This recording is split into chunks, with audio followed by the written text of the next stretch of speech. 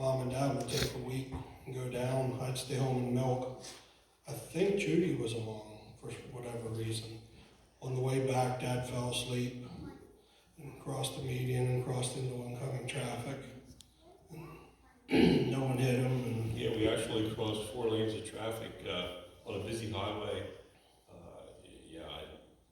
We just, Lord had to have been there. One no more famous to us was the drop silo motor incident. Lose track of the years. 05, 06. I don't think we were married yet. So before 07, I can say that with confidence. We were raising the Helix silo motor, and usually Dad packed them up and I ran the winch. And I don't know how others of you did it. We always made one long string out of bear twine to keep the unloader from turning as it went up. And for whatever reason this time, Dad was still in the silo and neither of us thought for him to get out. And the cable broke.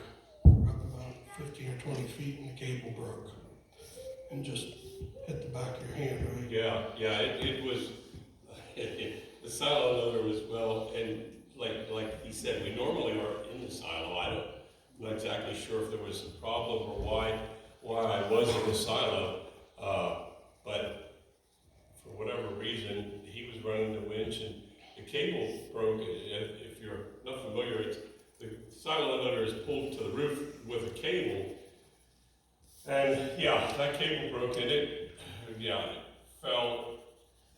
It hit the back of my hand. That's all. And I'm thinking, when it happened, his head came through the door. He wanted to see if I was all right, because it could have been, very serious. Another one wasn't quite as bad as any of those, more just annoying and frustrating, and the loss of a trailer. Me and Joni weren't married long, and on our way back from Delaware with my first walking floor, I'd unload mushroom salt. On 283, the trailer collapsed. The middle of the trailer went down to the road. So another case of perspective. Wasn't fun, don't care to do it again, but I was on the shoulder of an exit ramp, about the best place to be almost on the road, and I called 911 and they gave me a towing and recovery company and cleaned it up, and that was that. So yeah. The old Green Air National was the one pulling that one too. Yeah, that was certainly, yeah. If anything else, a humiliating experience trying to clean up a load of mulch, clean it out of one trailer and put it into another trailer on 283. But of course the CB guys, the truckers on the CB radio, a new design trailer, it's they kind of got, everybody got a laugh out of it, but when you're reloading it, it's not funny. That was kind of another case of it happened to me, and I drug Dad in it to help clean up my mess.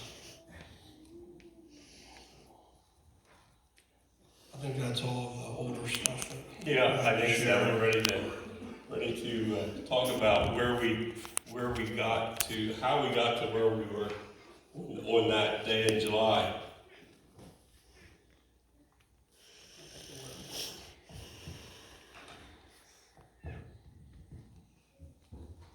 Oh, if I was going to open, I was going to read Jeremiah 29:11. For I know the plans I have for you, declares the Lord. Plans to prosper you and not to harm you. Plans to give you a hope and a future. Okay. So yeah, we had the grain bins there. In 07, I think it was a mad cow disease thing going around. So what took place, the like Valley Protein, the rendering company, because of the mad cow disease, the product they used to make pet food, for whatever reason, the pet food part of it was closed down. So there was no pet food made until they could do more testing and research. And so the processing of the rendering plant continued. So what happened, they ended up with the meal that's used for pet food and no place to go with it. So they ended up checking with us to see if maybe we could store some of the meal in our bin until they could use it, which they didn't know how long that would be. We didn't know how long that would be, but we had this space available. And we knew that in grain bins, a product has to flow. In other words, for us to empty our bins and fill them, a product has to flow. It can't bridge, or as they call it. You know, it has to be able to flow. Corn, soybeans, you make a hole, they'll flow out. And we weren't sure if this meal would do that or not. And I said, you know, hey, if it'll flow, we'll do it. And I think Dan and I kind of were, well, should we or shouldn't we? And well, okay, well, let's unload some and see if in fact it will flow. So I think we said, try 2 or 3 loads once and see how it flows. And that's what we did. And we told them, bring us a couple loads, bring us 2 or 3 loads maybe, and see what we think, and then we'll go from there. Well, they brought 1 load, and yeah, we said it seems to flow pretty good. And just like that, there was 5 or 6 trucks waiting in line, and one of them was this here truck that you saw earlier. So yeah, just like that, they needed a place to go with it. I understood that, but we were also very cautious. Did we want to do it, or how big a way did we want to get into it? So they had the trucks lined up.